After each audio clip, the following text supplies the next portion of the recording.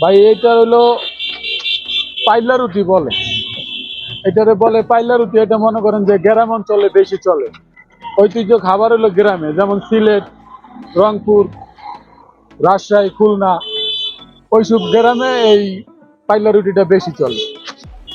তো ওই রকমই কিছু কিছু দেখে এখন মনে করেন যে ঢাকার শহরে আসছে, ঢাকায় অনেকেই বানায়। তা আমার এই রুটিটা খাইতে তন্দুর রুটির মতো লাগে। যেমন নান রুটির একটা স্বাদ আছে, এরকম একটা স্বাদ লাগে আমার এই রুটিটা খাইলে। তো অনেকে আল্লাহর রহমতে খায়, কিন্তু খারাপ কেউই বলে না, সবাই ভালো বলে যে রুটিটা ভালো, ভর্তাটা ভালো। তো আমি বিক্রি করতেছি আজকে 2 মাস ধরে, তো আল্লাহর রহমতে ভালোই চলে। তো সকালবেলা আমার ডাইল ভাজি থাকে, ডিম ভাজা থাকে, তারপর হইলো শুটকি ভর্তা থাকে, ধইনা পাতা থাকে। এই আর বিকালবেলা রাত্রে আমি শুধু মরিচ ভর্তা আর হইলো এই শুটকি ভর্তাটা রাখি। সকাল 6টার থেকে রাত 10টা পর্যন্ত বিক্রি করি।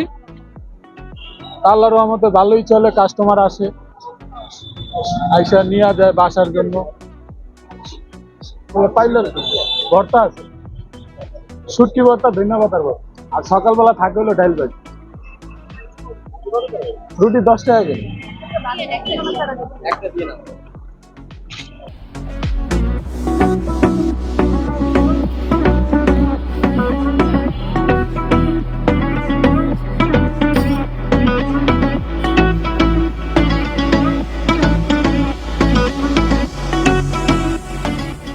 এই পাইলা রুটিটা বানায়, এটা মনে করেন যে কুষ্টিয়ার থেকে এই পাইলা রুটির নাম হয়েছে।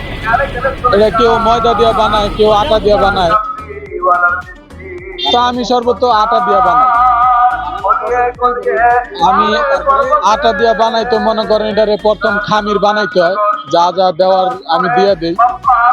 খামির বানায় পরে মনে করেন যে রুটিটারে গোল করে বেলতে হয়। বেলার পরে এই রুটিটার ওই যে পাইলাই দিতে হয়, এটা হচ্ছে মাটির পাতিল। এই পাইলা উক্তা কইরা পাইলার ভিতরে দিলে পরে মনে করেন যে ফোটফোট হয়। এই ফোটফোট হয়, ফোটফোট হইলে মনে করেন যে রুটিটা ভাজা হয়ে যায়, হয়ে গেলে নামাইলাম। ঢাকা শহরে পাওয়া যায়। এই বিভিন্ন জায়গার থেকে আর কি এই রুটিটা চলে।